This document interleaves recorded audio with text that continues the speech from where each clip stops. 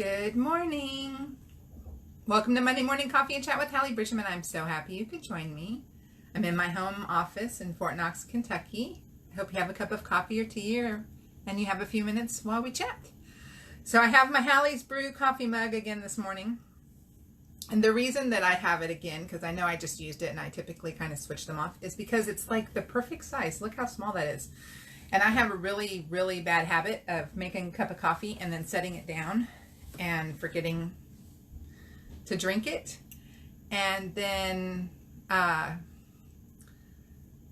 hours later or 30 minutes, even it cools down to the point where I don't want to drink it. And I don't like reheating my coffee in the microwave, so I dump it and make a new pot or make a new cup. So having like a little cup, I have discovered that I actually drink the whole thing because it's small and I don't feel like this huge project is happening. So I hope you all had a good 4th. Saturday was the 4th of July. We were very quiet here. We're still social distancing, kind of extreme.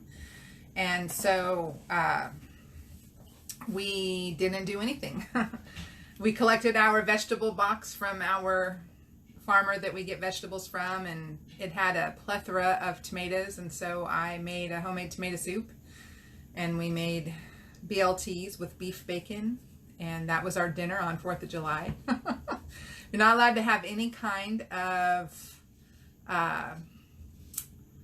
fireworks on Fort Knox at all. Like, they put out this bulletin, they were like nothing. And so we didn't do anything.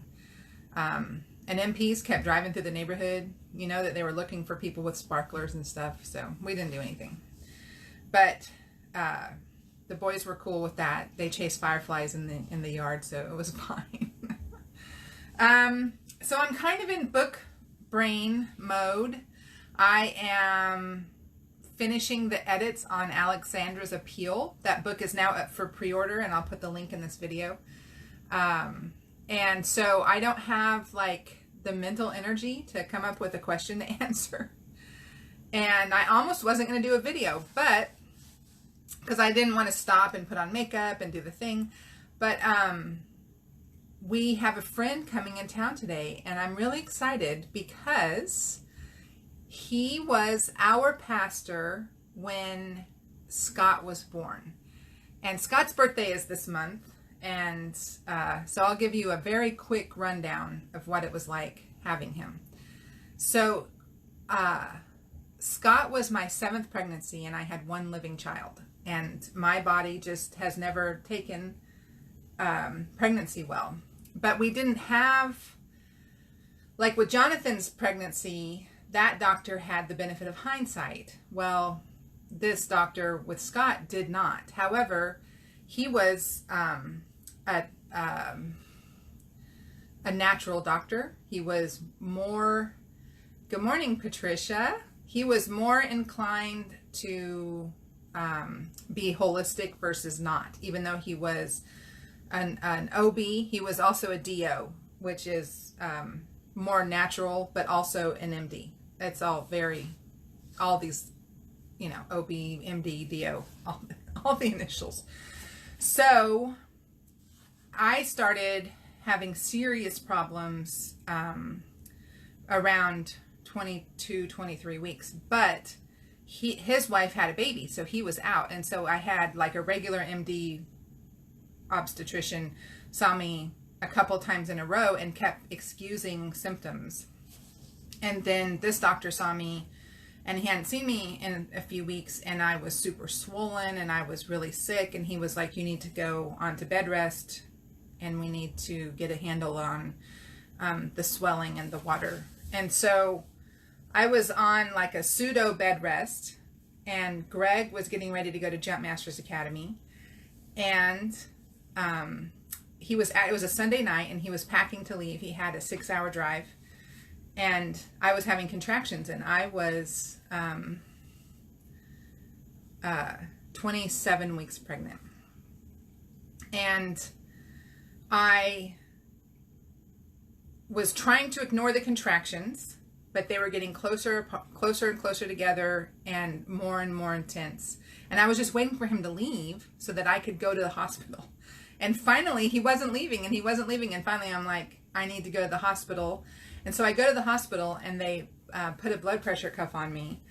And the second they put that blood pressure cuff on me, my contractions went away. And I know that what was happening was that God was getting me to the hospital because my blood pressure was 210 over 115, which is like, I should have died. I should have had a stroke at that moment and been dead, but I somehow, through the grace of God, was still alive. And they immediately like admitted me and put me in a bed and strapped me to all these things and IVs and medicine. And I was in that bed for 10 days. And Greg left to go to Jump Masters school because that's how the Army works. And so, anyway, I had an emergency C-section when Scott was 30 weeks gestationally. And he was 3 pounds and 5 ounces when he was born. And it was a matter of one of us was going to fail first, and he wanted to have him, he said, the longer he's in me, the better it will be. But then, like, on a Monday morning, I had an ultrasound, and he came in and came to my room, and he's like, everything, just we're taking one day at a time. Everything will be fine. And he went and got the reports from the ultrasound and actually like ran back to my room. Like I could hear his feet hitting the ground as he ran back to my room. And the first thing he said to me was, how fast can your husband be here? And I said, I don't know. Call him and find out. And they couldn't wait for him. Like they had to go ahead and do the emergency C-section. But as they were wheeling me from my room through like this area, I was in like a women's wing of the hospital. I was in like the perinatal, and then there was the NICU was in the same wing, and the postpartum, postpartum. So I was in like pre-pregnancy, pre-birth.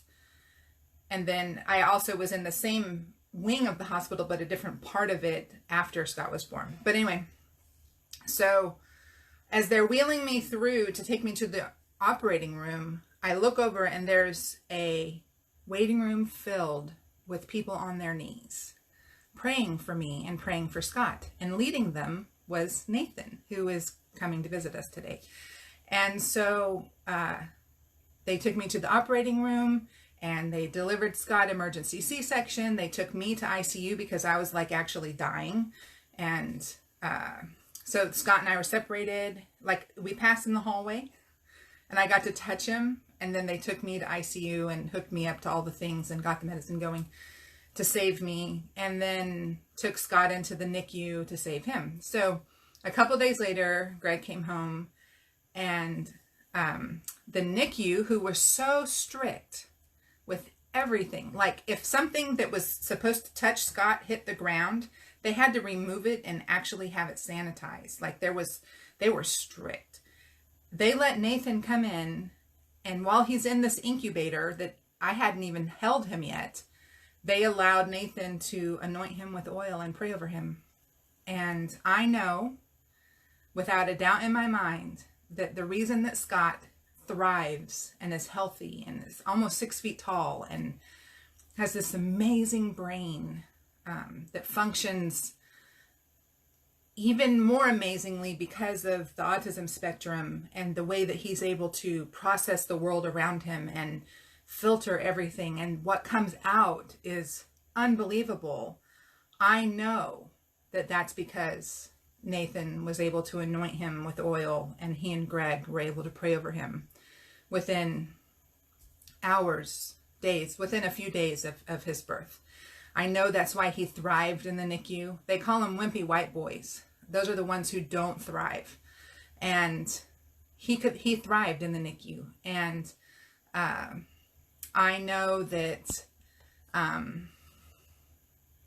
the reason that he was able to come home after only 4 weeks and 1 day in the hospital, he was still 6 full weeks away from his due date, was because Nathan was able to anoint him with oil, and he and Greg were able to pray over him. And so I'm super excited to see Nathan and Scott together. They haven't seen each other in maybe 6 or 7 years.